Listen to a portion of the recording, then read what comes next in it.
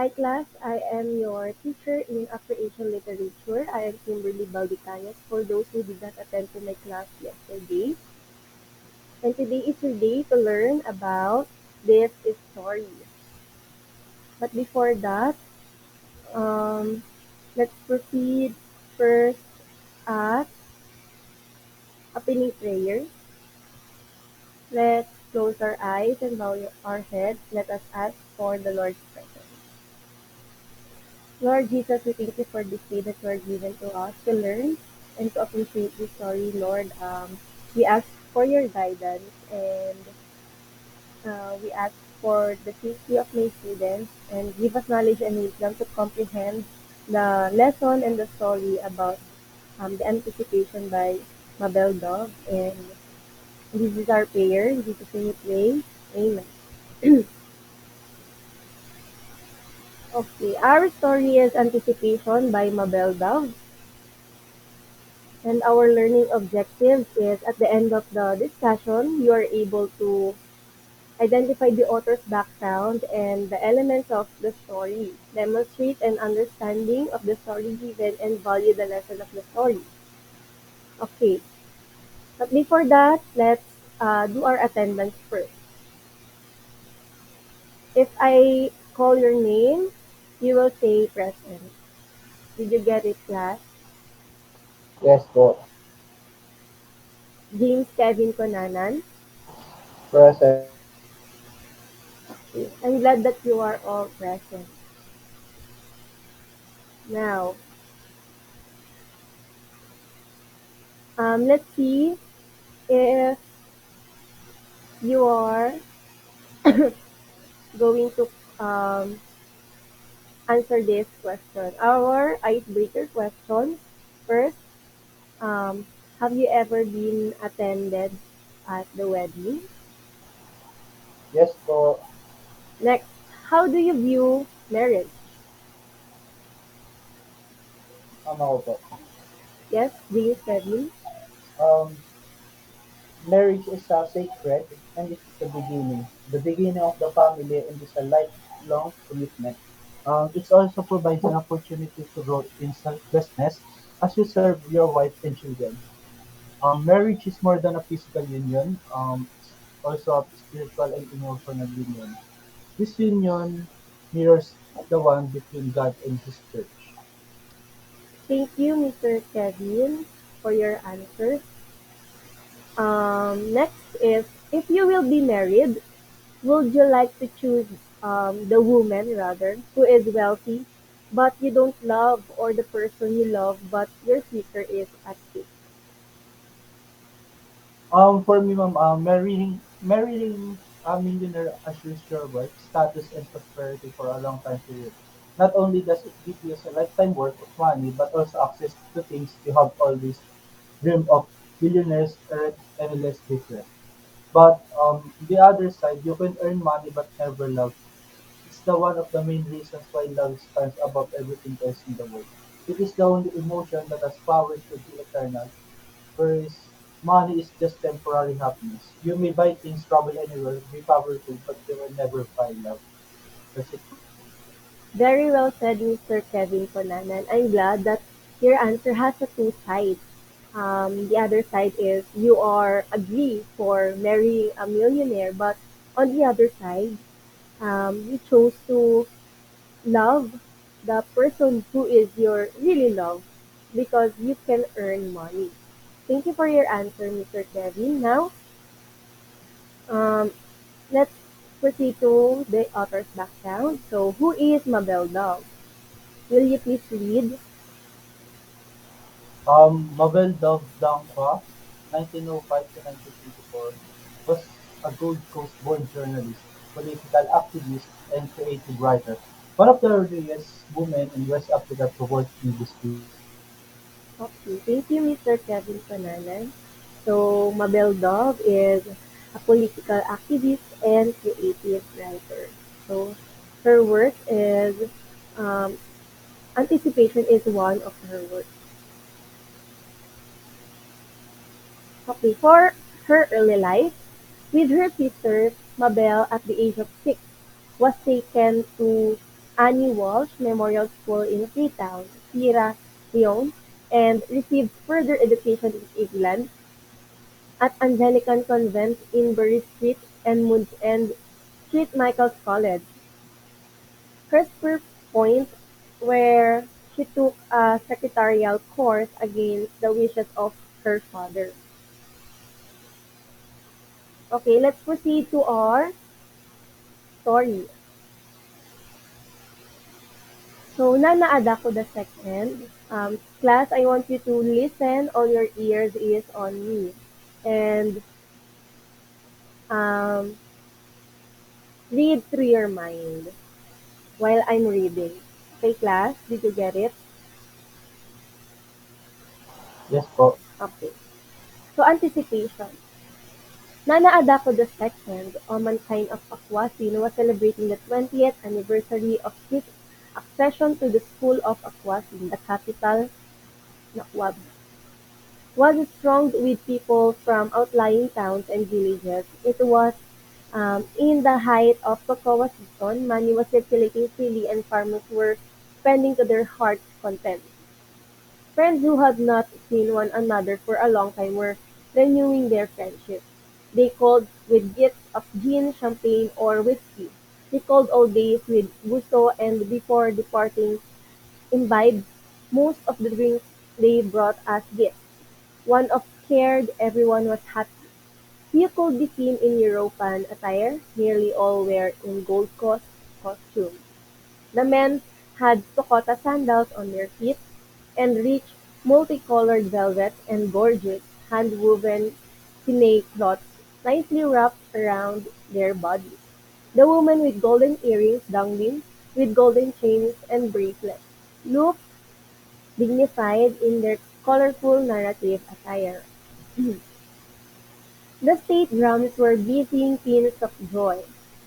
It was 4 o'clock in the afternoon and the people were walking to the state park where the Odwira was to be staged. Enclosures to palm leaves decorated the ground.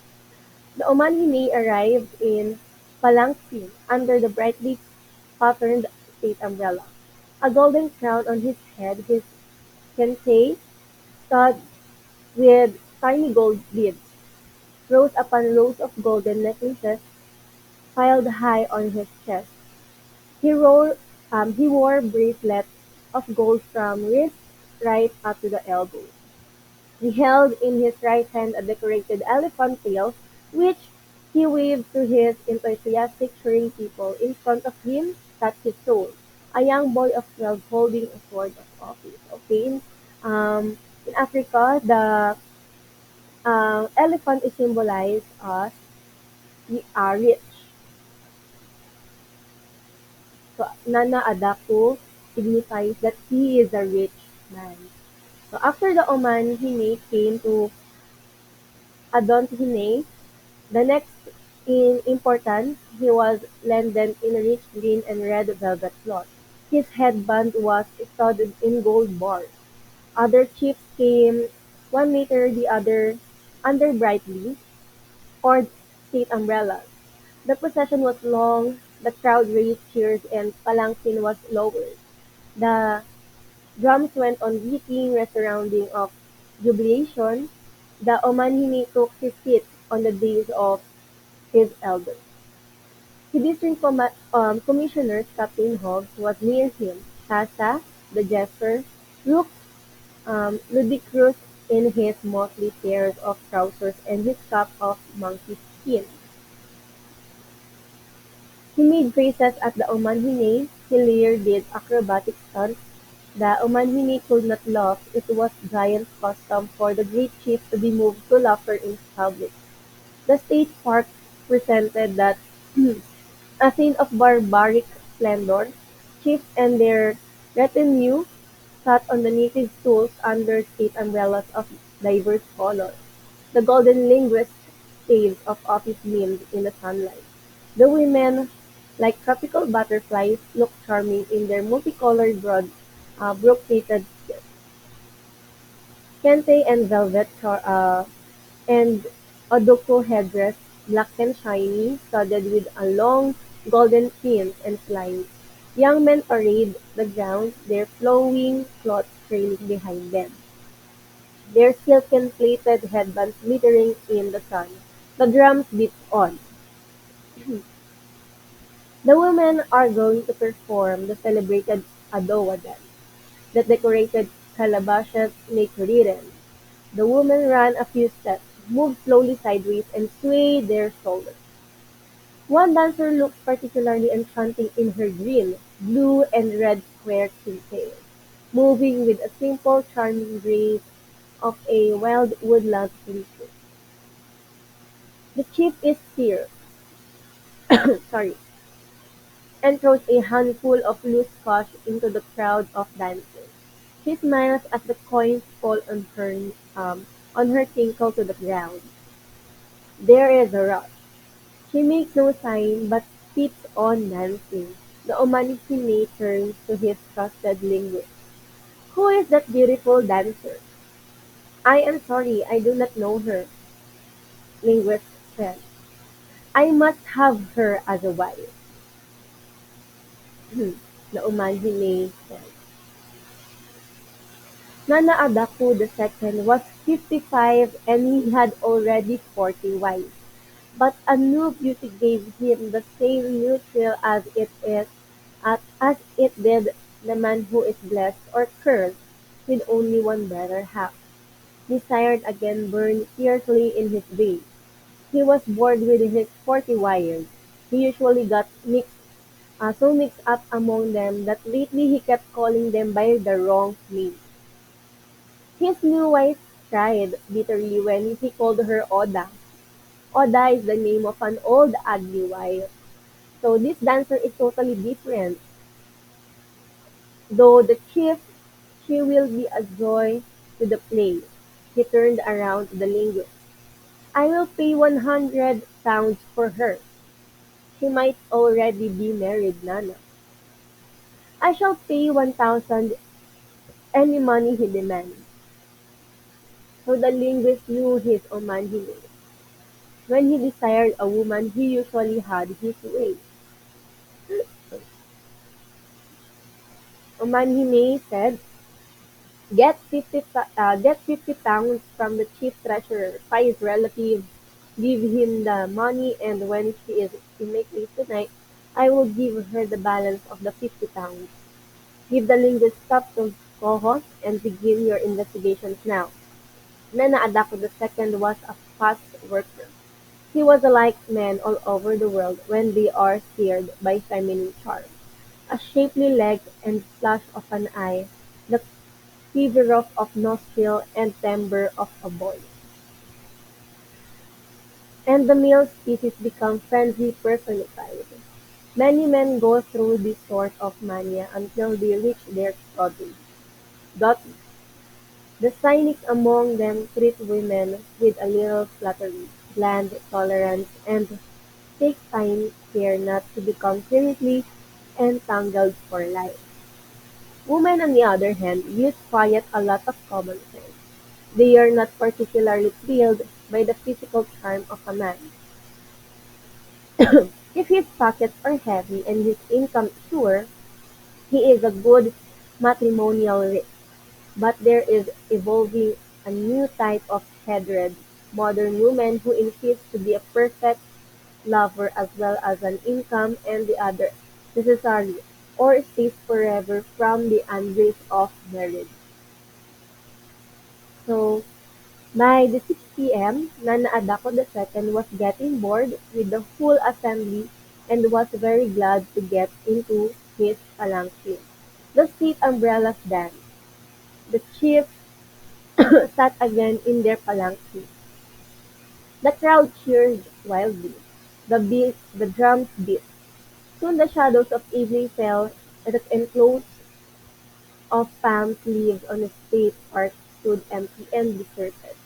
The Umagini had taken his bath after dusk and changed into a gold and green brocaded cross. Two male servants stood on the either side of Pand and fanned him with large ostrich feathers as he reclined on the velvet cushioned settee in his private sitting room. An envelope containing 50 golden sovereigns was near him. He knew his linguist as a man of talk and diplomacy, and he was sure that night would bring a wife to help him celebrate the anniversary of his accession to the Aquazine school. He must have dolls.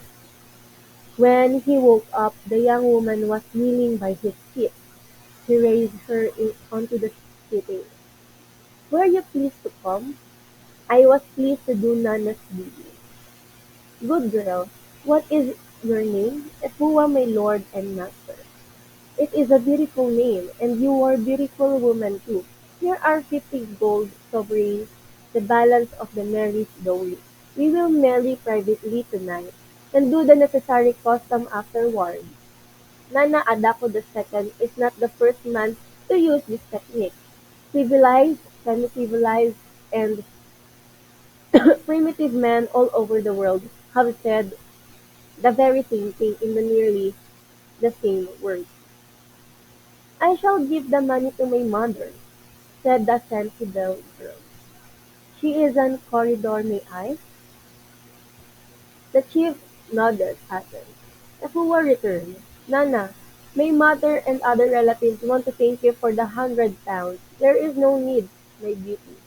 And he played with ivory beads lying on snugly on her bosom. Now we are in our conclusion. So they think you must notice some extraordinary charm in me for you to have spent so much money. He smiled shyly. The Omanhine, but my dear, you are charming, haven't they eyes? But Nana, I cannot understand it myself. You cannot, you modest man. Look at yourself in the mirror. Oh dear. The girl smiled mischievously, went to the mirror, looked at herself, came back and sat on the settee and leaned her head on his bosom. "You are a lovely girl, Efua." He curls he curls her shiny black hair, so artistical plaited. "But my master, I have always been here, like this, haven't I?" "I suppose so, beautiful, but I only saw you today." "You only saw me today?" Efua said. "Today. Have you forgotten?" "Forgotten what, my love?" Efua said. "You paid £50 and married me 2 years ago." So, the love most frequently praised by the writer is young love, bold and courageous. So, let's proceed to our elements of the story. The story of anticipation by Mabel Dove. Are you still with me, class? Yes po, ma'am. Okay. Did the ending was shock you by the girl he thinks that he met today is he married by 2 years ago already. So our elements of the story. So the story setting is at Nuabi, the capital of Akwasi. Take note of this class, especially the characters and the plot of the story. Okay, so Nana Adaku, the Oman Hini of Akwasin, and was celebrating the 20th anniversary of his accession to the school of Akwasin, the man who has 40 wives. So that is Nana Adaku the second. So Efua, the beautiful lady, she is the one of the 40 wives of Oman Hini. And the linguist, the trusted person of the Oman Hini. Take note of this class.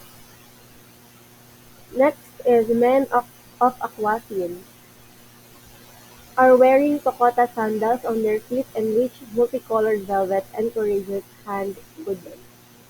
That is men of Aquasim. Next is women of Aquasim.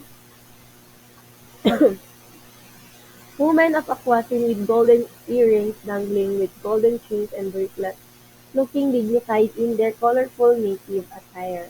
So that is women of Aquasim. And our point of view is the third person point of view. It is being told or narrated by a person who doesn't have an actual participation in the story. Now let's proceed to our story plot. Exposition: The Omanhine was celebrating the 20th anniversary of his accession to the stool of Aquasin. He then arrived in a palanquin in the state park where the Odrina was to be caged. As the drum beat, only women performed the Odawa dance. One dancer captured his attention because of its beauty. He then threw a handful of loose cash into the crowd of dancers. The particular dancer made no sign but instead keeps on dancing. For raising action, realizing that he was neglected by the dancer, he turned to his trusted linguist, who told him to get 50 pounds from the cashier, from the treasurer, and give it to the dancer's relative. The linguist then starts his investigation about the woman. So the climax, Nana went back to his place. He then fell asleep after he had taken a bath. When he woke up, the young woman was kneeling by his feet. There he gave the remaining 50 gold sovereigns to Efua to complete the offer of 100. After receiving the amount, the woman gave it to his parents and went back to the Omanhine. For calling action, there they talked casually inside Omanhine's room. Omanhine appreciated the beauty and charm of Efua while he was playing the ivory beads lying so snugly on her bosom. For Dinoma, please read Mr. Kevin Cunanan. Denoma, if who was stands and looked in the mirror as she came back and sit, she then revealed that they were already married 3 years ago, that he also paid her 50 pounds before. Thank you, Mr. Cunanan, for reading the Dinoma. Okay, for for our team, the theme is sometimes the things that we anticipate are already there. It's just we fail to appreciate them and only see them when we don't have any options or when we simply got bored. So our motive is festivals and weddings. So do you have any questions? None so far po. If none so far, let's proceed. Okay, let's test your understanding about the story. First, who is this? Guess who is this character? First is that is the Um, Omanhine of Aquasin and was celebrating the 20th anniversary of his son. Okay, Mr. Kevin Cunanan, what is the answer? Nana Adaku the second. Let's see if you got the correct answer. Okay, you're correct. Nana Adako the second. Next, okay, one of the 40 wives of Omanhine. Who is this? Efuwa po. Okay, that is Efuwa. Correct again. Next, the trusted person of the Omanhine. Who is this? English po. Sorry? English po. Okay, linguist. Let's see. You got the correct answer, Mr. James Banana. Next, are wearing Tokota sandals on their feet and rich multicolored velvet on courageous hand wooden. Men of Aquasin. Okay, man of Aquasin. Next, Blank with golden earrings dangling with golden chains and bracelets looking dignified in their colorful night. So, yes, Mr. James Kananan. Women of Bokpasin. Okay, you got the correct answer. All your answer was correct. Next, let's proceed to our next test. It is the plot of the story. Guess what is it? I think rising afternoon. So, it is a rising action. Yes, you got the correct answer. Next,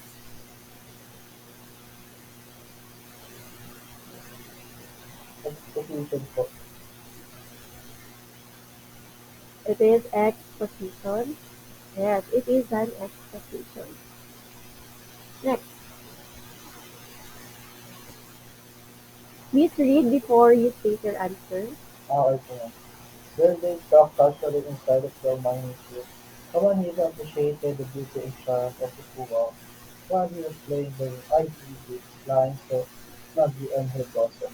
Okay. This one is no, falling action po. Okay. Calling action. Correct. Mr. Kevin Conanan. Next. Nana went back to his place. He then fell asleep after he had a second bath. When he woke up, the young woman was kneeling by his feet. There, he gave the 50 remaining gold, the remaining 50 gold sovereigns to Efuat to complete the offer of the mango.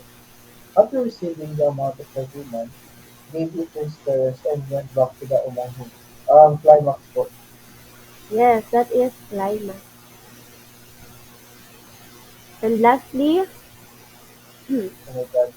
Efuat stands and looks in the mirror. As she came back to see, she then revealed that they were already married 3 weeks ago.